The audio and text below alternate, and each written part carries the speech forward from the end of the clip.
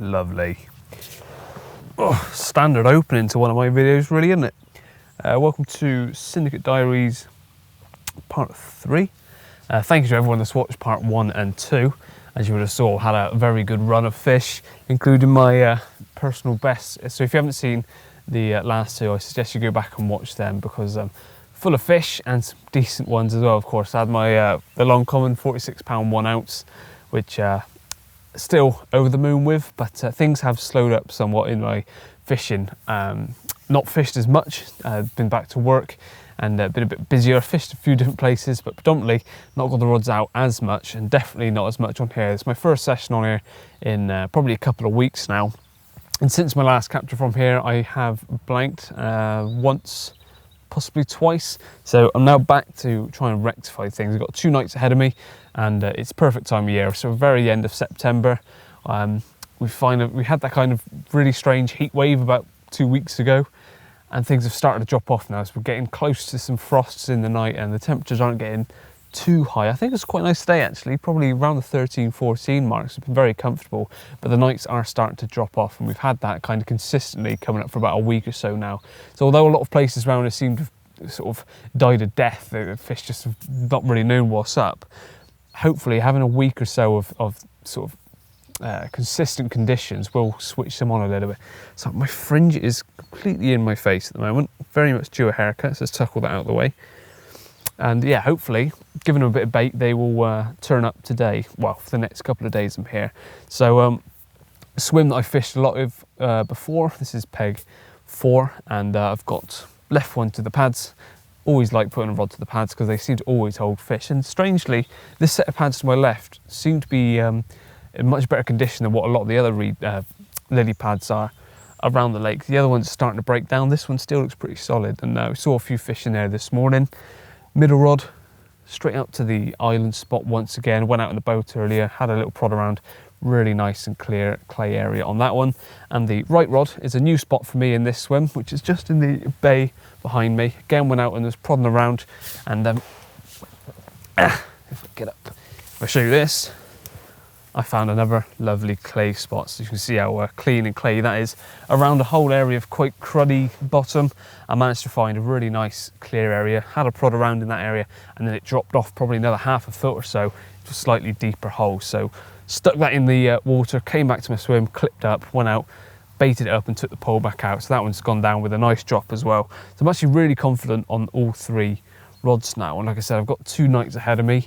As it stands, I don't really see the need to recast, unless obviously I have a fish or feel like something's up, or I need to go take a shit in the morning. So that's pretty much me sorted for the session. But I wasn't really going to do any rig talk or how I'm fishing in this series, but there's quite a lot of you have actually commented saying you wouldn't mind seeing that sort of thing. So I've listened to you, and that's what this video is kind of going to focus on. Hopefully I'll have something, of course, but I thought I'd talk you through the rigs that I'm using.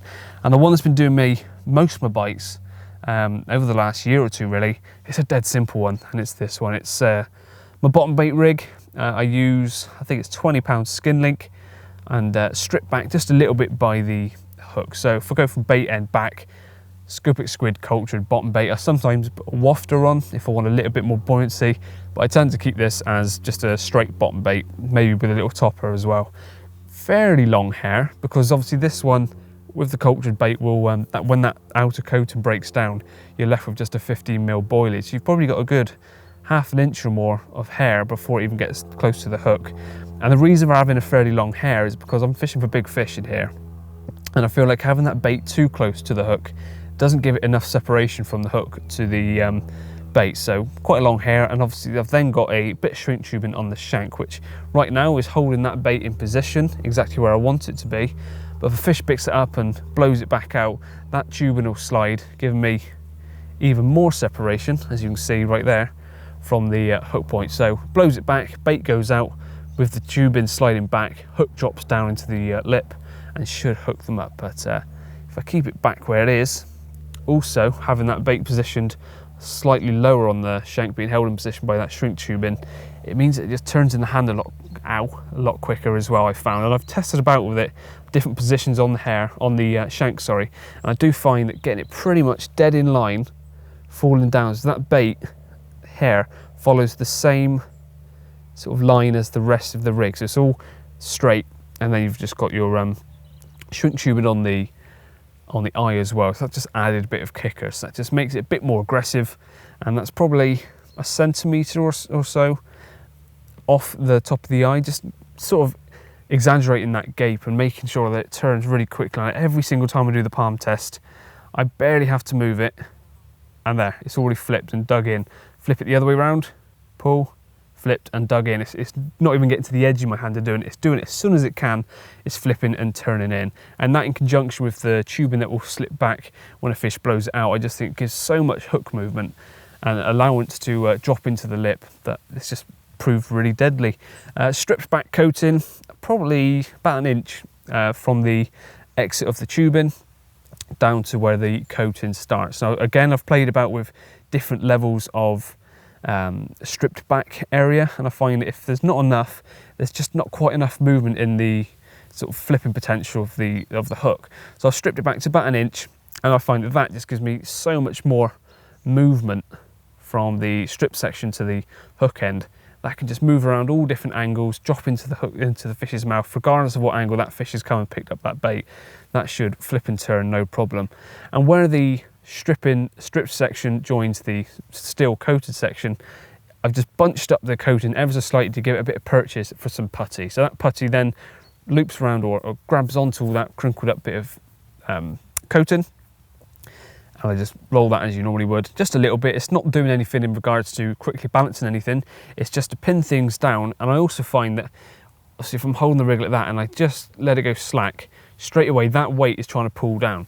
So if a fish is feeding fairly finicky and it tries to blow this back out, it's not just going to float out really easy. There's something trying to pull that hook downwards, even though it's a little amount. Not so much that there's too much resistance for the fish to pick up, because this is a bottom bait rig, remember, that's quite a bit of weight. It's just enough to pull that hook back down, and also a bit more of a pivot point as well. So I find that when the fish blows that back out, tubing goes back, hook drops because there's loads of separation with the length of the hair. That bit of weight pulls down, and all of these things in conjunction with the flipping potential and that trying to pull down just means that I'm very, very confident in that. And I'm just using a size 6 Fang X, I think it is, might be a size 5. Really good hook pattern for this sort of rig. And then the coated section, overall the rig's probably about 10 inches in length. Simple overhand loop knot, figure 8 loop knot at the top, sorry, and an anti-tangle sleeve. Now I've probably waffled on quite a lot for a very basic rig, but I just want to talk through the reasons for each little change on this rig. Nothing revolutionary. It's probably got a name somewhere, someone's such and such rig or whatever. For me, it's just what I use for my bottom baits and potentially wafters as well. Let's just rehydrate, mouth's getting dry.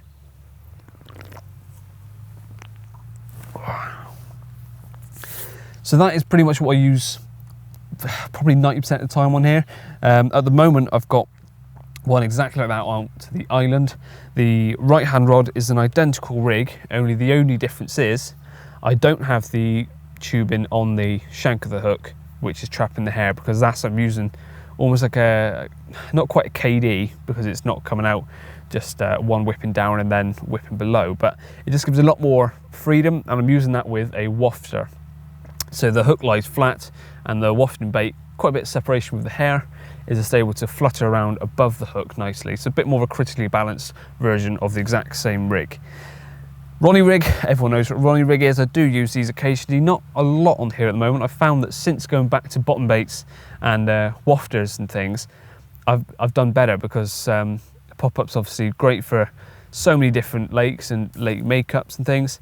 I do still use them occasionally, but when I'm fishing over really nice, hard, clear spots, even the one on the left dropping with the bait spoon, it's really nice and clear. So I know I'm getting good drops, I'm presenting nicely. I don't really need to be popped up. But coming into the winter months, when you want a bit more visual and maybe fishing singles, then I will start to switch over to some kind of pop-up presentation, whether it be a Ronnie or something else. But always got a use in my tackle box. And thirdly, something I've started to use a bit more lately is, I think this is called the Turbo German rig. It's just one of the Gemini tidy booms actually, which I've recently done a video on for work, and I do really like them, so I've started using them. And that's just down to same hook pattern again, same hook for all of these by the way. is a size 5 or 6 Fang X, and then just a micro hook ring swivel with a little bead stop on the shank. So that's a bit more of another wafter presentation basically. So that kicks away, nice material to kick away, it resets really nicely. Hook lies flat on the bottom, and then I've got the wafter just able to flutter around. It's not as much separation, so if I want the bait a bit tighter to the hook, and it sort of masks from, if you look down from the top, quite a lot of that hook is covered, and with the fairly murky water here and the silty bottom, I think it's quite a discreet rig, and just, yeah, works quite well. I don't use that as much, but I have got one out on that today. So that is pretty much my 3 rigs. The only other rigs I use would be a solid bag setup with really supple hook links and small hook links, but for here, these are the 3 rigs that I've been using, and like I say, about 90–95% of the time it will be this simple bottom bait rig. So I hope that is informative to some of you. Now you know exactly what I use. Nothing revolutionary, but it does the job for me, and I use these rigs everywhere I go. And that's the one thing I've really done this year, is gone back to basics, using lead clips. I went through a phase of using helicopters, which really like as well, but when I can get clear drops like I am on here, I just prefer the lead clip setup. So that is pretty much my go-to wherever I go. Now I'm going to finish off my cider, as always, and hopefully one of these will rattle off within the next 48 hours. Well, the good news is that rod is now back out perfectly. The bad news is I was forced to do it. So no more than 5 minutes after doing that little piece to camera about the rigs, get some close-ups, the locked up rod to the pads was away. Single beep, rod was starting to lift up, and I was on it in a flash. I was right behind it, and the fish still managed to get probably a couple of feet into the pads. Solid, constant pressure. It kicked itself free, and job's good, and did all the hard work. Got it within halfway between me and the pads. Head was on the surface doing this, ready for the net. Got the net, came back, dunk, and just ditched the hook. Really frustrating. I did see the fish. I won't be able to put an exact weight on it, but I'd say it was mid to upper 20, maybe a 30, but a nice mirror. Just gutted losing it. I just hate losing fish, as anyone does, but I just seem to lose too many on here. And that was on the wafter German rig with one of the tidy booms. So safe to say I've taken that off and put out my trusty bottom bait rig, which I use pretty much everywhere. I'm sure the rig would be fine, but if I just quickly grab it, which one is it? This one. Hopefully it focuses on my hand. Have a look at that. Absolutely smashed that hook point over. So it got me the bite, and first did well with the bullying out of the pads, but annoyingly just slipped the hook just there. The only try and be positive about it is a bite. The spot works. That's where I've had a bite from before. The first session here after lockdown, actually lost one on exactly the same spot. So it doesn't bode well, but this is the risk with fishing locked up to pads, is you've got to bully them out. You're putting a lot of stress on those hook holds, and you just do tend to lose a few more, because it's the nature of that style of fishing.